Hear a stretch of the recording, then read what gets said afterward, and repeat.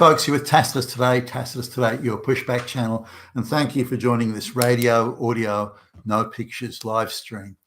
In this essay, I'd like to talk about mass migration, assimilation, integration, and the phenomenon of the bossy Asian chic manager or supervisor. So I've had a few interactions just recently, and there's a government department that's probably, 100 miles from downtown Sydney, and it's in an area that's 96.5% white. And I was there, some years ago, 5 years ago, something like that, and it was an all white. I don't think you saw a non-white face anywhere. So I was a bit of a surprise when I went there just recently, and there was not a single white face in sight in the section I was in, at least, or the section I was dealing with. And whoa! Now, just wanting to sort of find out what was happening, I sidled up to a couple of them and, hi, how you doing? And where are you coming from? And it was obvious that these people actually didn't live locally. It's an all white area, so the government, with your tax dollars, by the fucking way, is so desperate to create artificially, nothing organic about it, to artificially create diversity.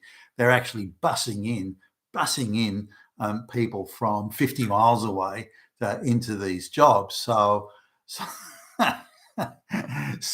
just to make sure that this government department is diverse, and because there aren't enough people in the local area, because it's an all white local area, or pretty much all white, and they're actually busing these people in from fucking miles away. So they've organised these like mini buses, and they pick them up and bring them in. That's how much taxpayer money is getting thrown at this. And now some are arriving, by the way, on their own things, but they're being given like special cheap travel passes and things like that. So that's artificial. There's nothing organic about this at all. These people are being guaranteed jobs. And again, being bussed in from out of town to create the diversity. Anyway, we were doing some work there, and we had to sign we got a call saying you can't start work until you've signed off on this form. This was a last minute thing. We're supposed to have signed all the forms and done all the admin and done all the paperwork and that was supposed to have happened, and suddenly we get a call. No, there's another document you have to sign, and so go and see this Chinese lady, and she's got the form for you to sign. I said, well, can't we do it online? Can't you just email us? No, you have to do it this way. And I thought, why do we need to do it like this? So anyway, I'll do it. I'll go over. And it was only a couple of floors away, so it wasn't like it was a big deal. So it's in the same building, actually. So I went over and found her, and she's a recently arrived migrant who is 100% affirmative action appointment here, race, gender, quota stuff. So she's sitting at a desk looking. She's just a low level admin supervisor. She's not like she's a senior manager or something like that. But her tone and manner was talking to me was if I was a kindergarten child that was there to receive instruction from the great goddess or something. So I asked about the thing, and so she produced a tablet that she knew what was the document. So she produced a tablet that had this document on it. So I thought we'd already signed that document. So I wanted to read it to make sure that it wasn't either a duplicate or a different document, or the same document but where they'd inserted different wording or something like that. So I thought, well, I better read it. It's only like a page, so I thought, well, I better read it first. So I start to read it on the tablet. What you do? What for you do? You just sign. You know start work. You only start work if I say. You know sign. You know start work. You do what I tell you. You do. And she's waving a finger in my fucking face. And so I said, no, I'm going to. If I'm going to sign it, I'm going to read it. No, you no read. She actually tries to grab it out of my hand. So I saw this coming. So I said, no, if I'm going to sign a document, it's a legal requirement that I'm supposed to read it and understand it. So I'm going to do it. And I had to speak. So, oh, what you say? You lie to me. You tell me lie. And I'm going to read it. So she's getting quite animated and again talking to me like. I remember I'm more than double her age and a business owner, and she's talking to me as if I'm, the part-time cleaner or something. And it's quite unnecessary, regardless. Maybe she talks to other people like that. I'm sure she does. But the imperious tone and the finger wagging and actually pointing a finger in my face and using that tone. So anyway, now. The best bit, and this is sort of where the Asian sort of manner comes in, and Asian habits and behavioural habits. While I'm finishing off reading the thing and I'm about to sign it, she's sort of looking at me out of the corner of her eye, and very Chinese, by the way. And then she moves a file, like a manila folder, like some papers in it, and she moves that to one side between. Now I've done a lot of business in Asia, and I'm very au fait with the behaviours and the pattern of behaviours, and tends to fall within a fairly narrow band. Once you've seen it 2 or 3 times, you know that the next person is going to do it. So she moves the file in sort of to the side of the desk, but in between us. So I know she's setting something up. Now, I don't know what she's setting up exactly at this point, but she's setting something. So I sign it, I hand her back the tablet. Oh, you take that for me and you put over there. So the file, the file of papers. You put over there. You do for me. You do now. You do for me. And now this is the thing of, I have to perform an errand for her. This is how she is establishing her superiority and the inferiority of the other person, that you must perform this task. She's ordering you to perform a basic sort of task, a flunky type task. You take over there, you do now, you do for me. And this is the thing that she goes through. So now I better be a little bit cautious here, because maybe these are papers that are pertaining to the project we're working on. So I should at least establish that, because her English isn't really that good. Then she was quite put out that I speak Mandarin, by the way. For some reason that seemed to throw her a little bit, but she and didn't want to talk in Mandarin. What are those papers? You know us, baby. You just do what I say. You take now. You do now. I mean, would you want to treat anybody that way, let alone whether they're the part-time cleaner or a school kid or whatever? But no, I'm not taking it there. And this is something that I need to. What you not do? You do. I say do. You say. No, I'm not doing it.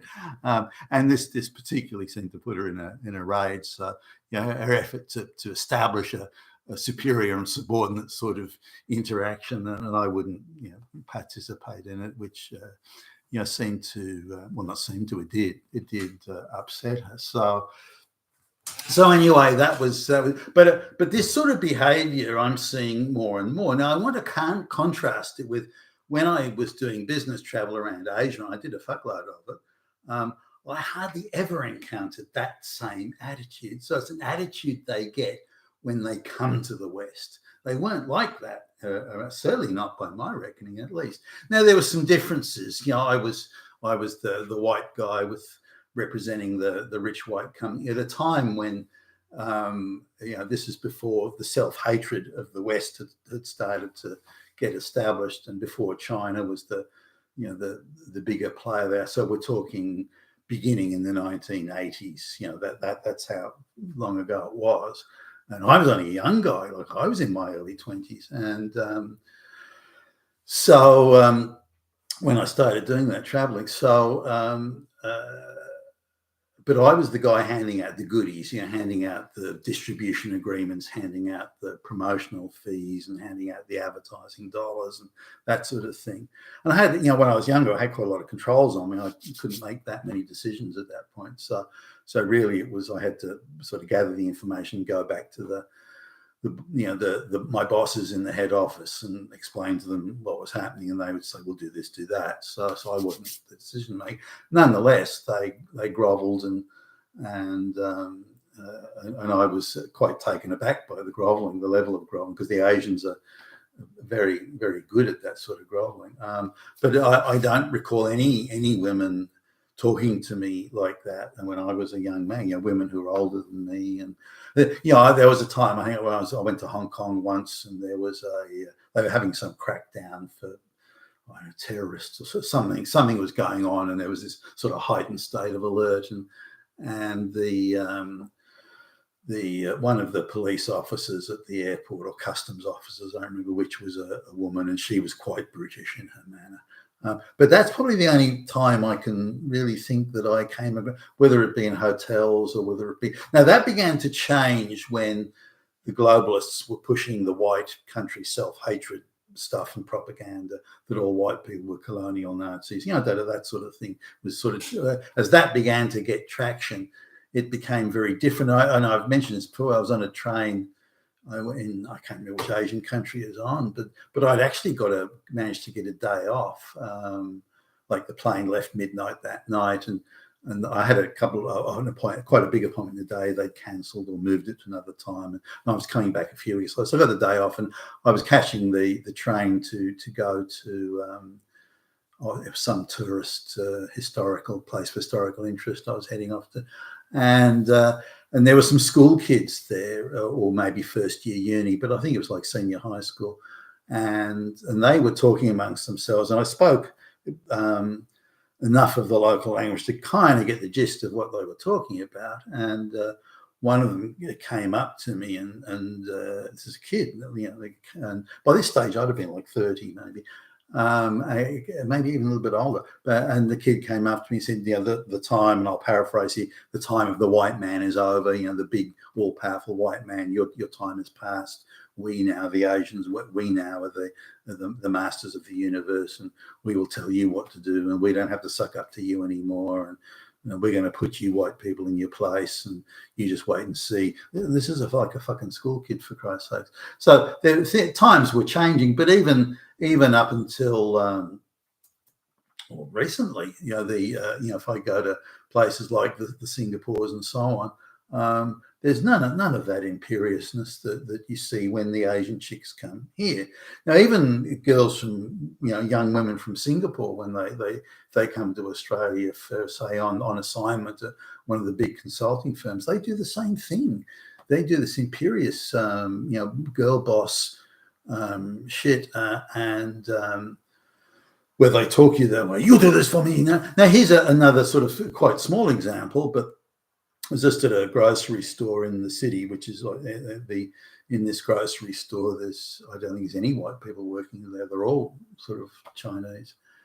There's a few Indians, but nearly all Chinese. And the Chinese seem to be the supervisors. But so I had a trolley for putting the groceries in, and there was a little enclave where when you sort of put the trolley in the side and off you go with the stuff, and this Asian chick, this Chinese chick came up to me and said, you not put trolley there, you put over there. This is in the main trolley area, which is on the other side of the shop. So here's the store employee ordering a customer, not asking, would you please, or look, we're short staffed today or something. They're ordering a customer to take the trolley to where the trolley would be put, rather than the area where it was, meant to be, over to the main area where all the trolleys were kept. You take over there for me now. You do now. You take for me. And this same, so everywhere you look, there's these imperious chicks. Now, I was on a train just here in Sydney, and this has happened a few times. I've seen this a few times where say the train cleaning crew or some people come on the train when it's doing the turnaround at the terminus, or say the staff at the employees on the train station, and they seem to have these Asian girl bosses who scream and bark out orders. you do this now, you do. And the way they talk to them, I think it's all done to humiliate white people. I can't imagine anybody with a shred of sense would want that sort of supervisory attitude or behavior. I mean, there are signs everywhere saying bullying will not be tolerated, and talking down to condescension will not be tolerated. And they employ these Chinese chicks to do nothing but that. And it seems to me that it must be done for purposes of humiliation and degradation. But also, I'll add another dimension to this. It was different when, at a time when people were meant to assimilate and integrate and behave as the locals do, give or take. But instead, these in this case, these Asian chicks are being brought in, and they're not behaving necessarily in the way they would in Asia, unless they're talking to underlings, which so they come to the West in the firm belief that they now are the masters of the universe. We, the white people, are the underlings who must be ordered about and castigated and finger pointed and spoken down to. Not because it needs to be, but because these Asian chicks, they're now the big master bosses of the world, and they're entitled to speak that way. And there's no one going to them and saying, "Hey, that's not how this works." If I was boss of that section in the government department or any private business, doesn't matter, and I heard an Asian chick talking to staff that way, I'd be all over it in seconds. She would not do it again. But there's no one going to these people and say, "Hey, don't talk that way," which as far as I can tell means not only are they accepting of it, but they want it. It's part of the humiliation and degradation of the Western white population. You've been a taskers today at your Pushback channel, and thank you for listening.